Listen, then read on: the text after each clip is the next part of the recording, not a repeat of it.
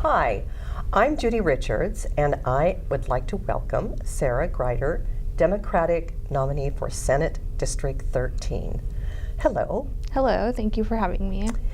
You know, I would like you to tell us at least 3 of your positions that would encourage a senior or a person with a disability to vote for you.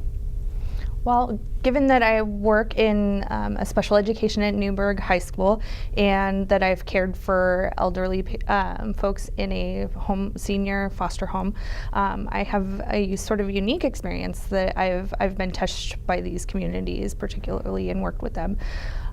My 3 positions that I think folks could understand and get behind would be, 1, I think our culture needs to change. We definitely put some of these most needy communities last in our funding, in our policy, in our infrastructure. So we need to change our culture. 2nd, we have to look at how we're writing policy and make sure that these folks are integrated in accessible ways in our policy.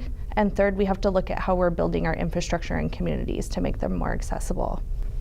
Oregon Project Independence is a program that kept seniors and people with disabilities in their homes. And yet every year, proposed funding for OPI is significantly cut. What would you do, or what will you do, to ensure and protect funding for this cost-effective program? In Oregon, we definitely need to look at corporate tax reform.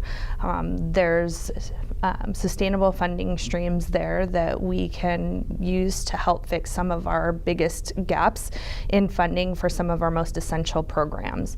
So definitely looking at corporations in Oregon paying their fair share. We've gone from an 18% corporate tax to just 1/3 of that, 6%. And our schools funding to help folks with disabilities and our elderly are losing out, and it's just not fair. We have to prioritize those communities. Thank you. Thank you. What will you do on a state level so that seniors and people with disabilities no longer face a lack of accessible and affordable housing?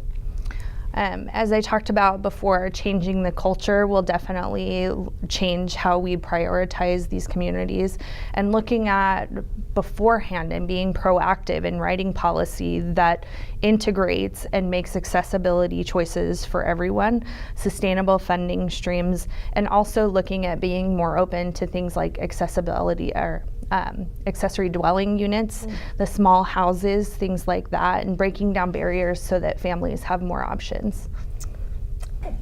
How would you prioritize the state funding, including funding that is matched with federal funds for services to an increasing senior and people with disability population? Well, you know, I think that I take a very proactive and efficient approach to things. So I think that engineering and systems that support these communities before the policies are written, before buildings are created, looking at building the infrastructure in the beginning. Again, funding streams, making sure that we're proactive and making sure that these communities are built in and that we're intersectional and addressing different communities' needs before things are put into place rather than reactive and having to re-engineer things and go back and change is the way that I would approach that. Oh, thank you. Thank you very much. How will your experience shape the work you will do on behalf of seniors and people with disabilities? My work with either in education or working with the elderly has been transformational. I definitely have experienced firsthand how so many of these marginalized communities are put last in our state and in our country, in our communities, and it's just an absolute shame. And I think that how I will work to